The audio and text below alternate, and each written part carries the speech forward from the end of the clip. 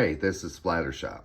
Today we'll be unboxing and reviewing the 2024 Home Depot 7-foot animated Frankenstein. Now the funny thing about Frankenstein is he's actually my first purchase of the year. I got him on the halfway to Halloween sale. That's why he doesn't have the nice box that you see in the stores right now. He's got this pretty generic looking box, but it's all good because he's the same guy inside.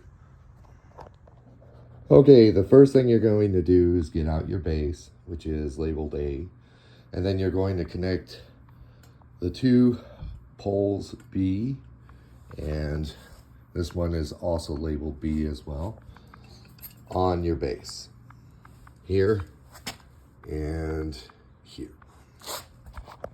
Next, you're going to take your two boots. Both of them are labeled C and C. And you're going to slide them down pole B on both sides. Next, you're going to take the leg poles, which is labeled E and D. Now, looking at these two, they look pretty much identical. I think even if you do get them mixed up as far as which side, it will probably still work out. I don't really see a difference between the two, but just because the instructions say so, D goes on his left and E goes on his right.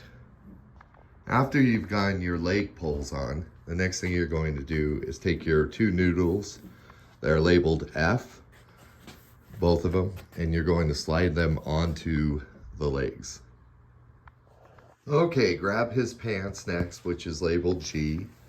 You'll know that you have it facing the right way if you see these little bits of tattered cloth along the pants. That needs to be facing you. Take his pants and just slide it down the leg poles. Next, you're going to take the hip piece, which is labeled H, and you're going to connect it to the top of the two legs, here and here. Okay, so next is the hip ring. On his right side, the fork that has the cotter pin, you want it on that side. So you're going to put it through these two holes on the hip, and once again, make sure that the one with the cotter pin is on his right side. After you've gotten the hip ring on, you're going to want to go ahead and pull your pants up and over the ring. Next, grab your torso piece, which is labeled J and comes with the control box, and slide it down onto pole H, which is your hip piece. Okay, so next is your shoulder piece, which is labeled K. And what you're going to do is slide it down. There's a couple bolts, and right here you can see there is a hole here and a hole here. And once you have those bolts slid through the holes, you're going to fasten each side. Okay, so next is the head, which is labeled L. Now, I don't know if it's just mine that I got, but this is a servo head. So you're going to have a rod coming down, and you're going to slide it into this little pole here. There's a hole up top, and you want to push it down until you fasten it. Now, normally when I have servo heads, they're fairly easy to slide down. And I don't know what it is with Frankenstein, or at least mine, but I have to firmly push him down. Like, he does not slide in easily. And it's also, to be quite honest, a pain to take his head off as well.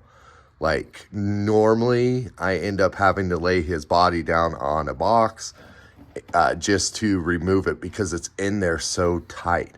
I'm kind of hoping over time it, loosens up a little bit, gets a little bit easier to slide in, but for now it's still pretty hard. After the head, you're going to take his clothes, his jacket, labeled M, and you're going to drape it over the torso.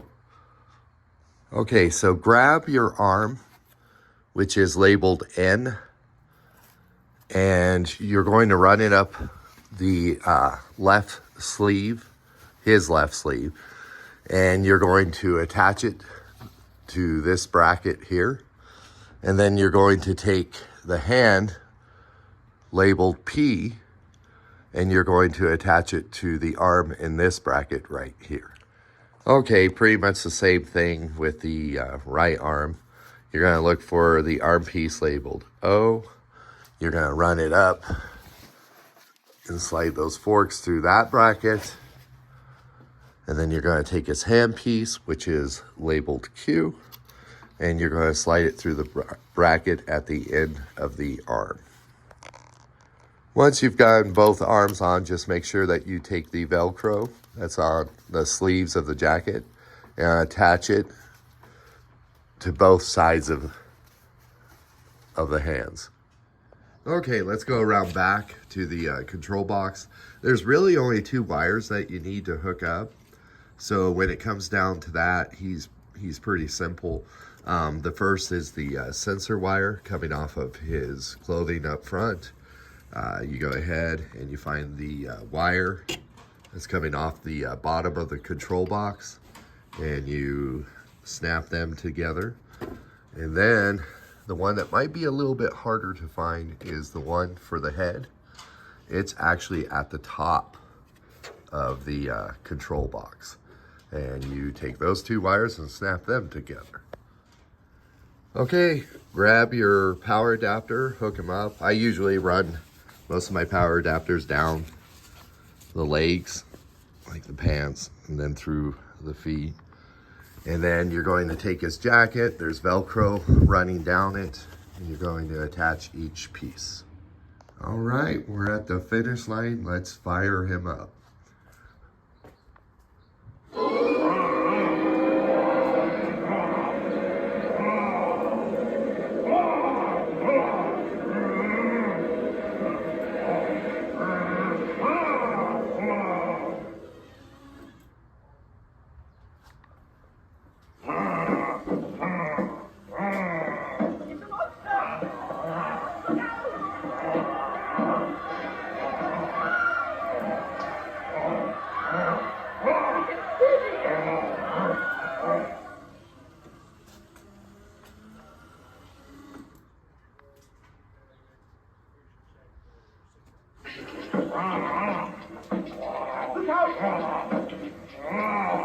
Tie him up quickly! Get him downstairs!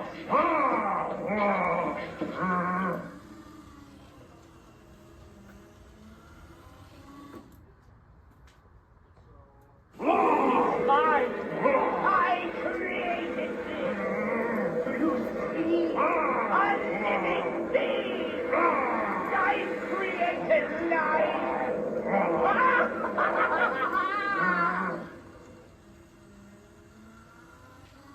Okay, it's time to review this guy. So, Home Depot, I think it kind of initially started off with Lethal Lily, and then we saw THD 3000. And this year it's been Captain Cuts, Frankenstein, and Chucky, where we're seeing more lifelike animation, servo motors, eye movement, blinking, talking. This is a step in the right direction for animatronics moving forward. There for a while, I mean, when Jemmy first released, you know, like their Jason and Michael Myers and Leatherface, you know, back in the early 2000s, some of them was 2010s as well. They were very much kind of like this as far as being lifelike. They had, you know, the eye blinking, the mouth movement, head turning, body turning, arms moving, and they were built rather well. And I don't know why. Parts started getting a little bit cheaper, but yet the cost on animatronics, you know, continued to climb. And the quality there for a while with animatronics kind of went backwards. It was like you were seeing less mouth movement, definitely a lot less eye blinking. those kind of things, they weren't as common. They were going away. And what Home Depot has done with, animatronics like Lethal Lily and Onward is a step in the right direction. We need to move forward, not go backwards with our animatronics, especially if the prices are going to continue to climb. So animation wise, I've made it pretty apparent. I'm very impressed with this guy. I think as far as the look, it's passable. I wouldn't say he's definitely a carbon copy of Boris Karloff, but it definitely is passable. The quality of the clothes, okay, not super great. As far as the construction of this guy, like putting him together, I would say he was kind of, medium. I wouldn't say he was super simple. I've had a few of those this year. Art being one. Chucky also being another. Ghostface.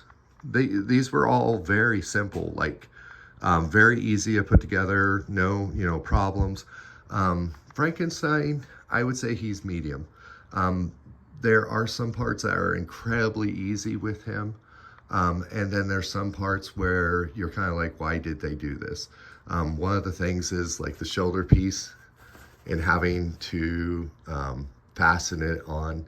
I've never seen that with an animatronic. I'm just going to assume it was just to make him better built. The servo head, that could just possibly be a problem with my guy, like I pointed out. Very hard to slide into the pole. And really hard to take back out.